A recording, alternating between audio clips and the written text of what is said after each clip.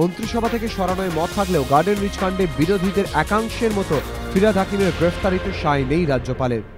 Garden rich কাণ্ডে দুদিন পরেই নিহত সাব ইন্সপেক্টর তাপস চৌধুরীর বাড়িতে গিয়ে কার্যত ফিরহাদ হাকিমের এখতিয়ার নেই প্রশ্ন তোলেন রাজ্যপাল এন.কে নারায়ণন। এই পরিস্থিতিতে শুক্রবার সন্ধ্যায় মুখ্যমন্ত্রীর দূত হয়ে রাজভবনে পৌঁছন শিল্পমন্ত্রী পার্থ চট্টোপাধ্যায়। মহাকরণ সূত্রে খবর, রাজ্যপাল তাঁদের বলেন তিনি মুখ্যমন্ত্রী হলে ফিরহাদকে সরিয়ে দিতেন। এবেলাতেই প্রথম প্রকাশিত হয় এই খবর, গার্ডেন রিচ কাণ্ডে অন্যতম অভিযুক্ত তৃণমূল নেতা মোহাম্মদ ইকবালকে ফিরহাদ হাকিম আড়াল করার চেষ্টা করছেন। এই অভিযোগে পুরমন্ত্রী পদত্যাগের দাবিতে সরব হয় বিরোধীরা, এমনকি তাকে গ্রেফতারের দাবিও তোলেন বিরোধীদের একাংশ। রবিবার রাজ্যপালকে সে প্রশ্ন করা হলে অবশ্য তিনি বলেন তাঁর এরকম কিছু মনে হয় না। পাশাপাশি তদন্ত নিয়েও সন্তোষ প্রকাশ করেছেন তিনি।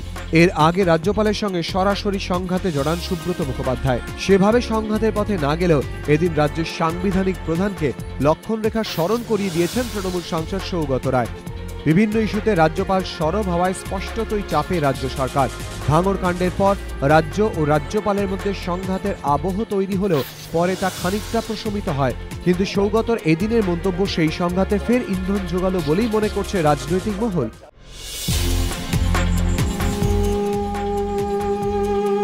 আজ তিনি অতীত, কর্তব্যে ছিলেন অবিচল, আর সেই কর্তব্য পালনে গিয়েই ব্রেহরে প্রাণ দিতে হলো তাকে।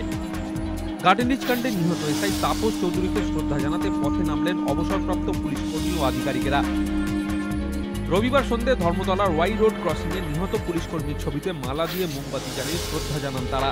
কেউ অবসর নিয়েছেন, কেউ বা অবসরের কিনারায়। অনেকেই তাপস চৌধুরীকে ব্যক্তিগতভাবে চিনতেন না, তাতে কি নতমস্তকে শ্রদ্ধা জানাতে স্বতঃস্ফূর্তভাবে এগিয়ে এসেছেন তারা। এদিন প্রাক্তন ও বর্তমান বহু পুলিশ অফিসারের গলায় ধরা পড়ল ক্ষোভের সুর।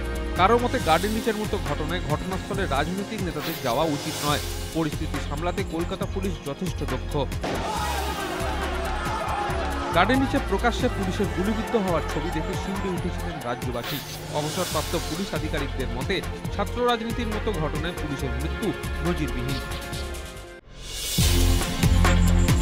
শ্রীরামকৃষ্ণ বলেছিলেন, যত মত তত পথ। যোগপুরুষ স্বামী বিবেকানন্দের জীবন দর্শন, জীবে প্রেম করে যেইজন সেইজন সেবিছে ঈশ্বর।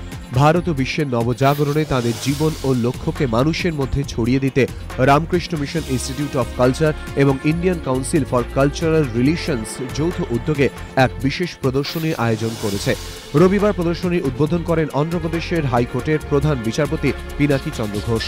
যোগেন চৌধুরী, নাগজি পটেল, রবীন মণ্ডল, আর.বি. ভাস্করনের মতো চিত্রশিল্পীদের আঁকা 200টি ছবি প্রদর্শনীতে রাখা হয়েছে। পাশাপাশি রয়েছে নতুন শিল্পীদের ভাস্কর্য।